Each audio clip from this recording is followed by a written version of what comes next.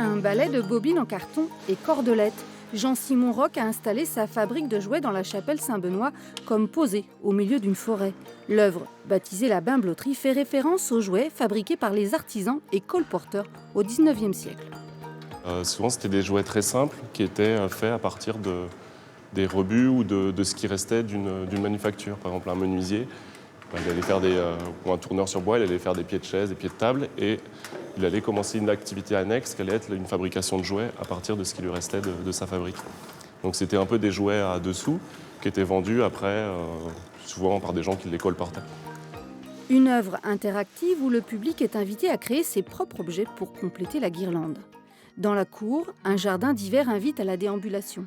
Une nouveauté de cette 6e édition des Noëls à Fontevraud est un pari de mettre en avant le végétal à la mauvaise saison, avec toujours un impératif pour les créateurs, évoquer la nativité. Noël est le point de départ. L'ensemble du dispositif et du travail qu'on a fait avec les artistes est axé autour de la nativité, qui est dans l'église abbatiale. Et en fait, tout est un peu comme si on jetait une pierre dans l'eau avec des rebonds, des ondes.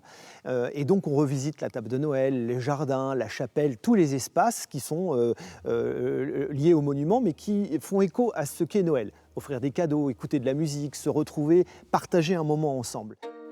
Dans le réfectoire, ce sont les élèves de l'École nationale supérieure d'art de Limoges qui ont dressé la table. 123 assiettes et autant de créateurs pour sortir l'objet de sa fonction utilitaire. L'assiette était un médium et un très bel outil puisque en fait, il universalise en fait, autour d'une forme qui est commune des pratiques qui sont extrêmement différentes. Puisque le challenge pour nous était après en fait, de lier tous ces travaux qui sont extrêmement variés et de les rendre cohérents en fait, sur une seule et même table.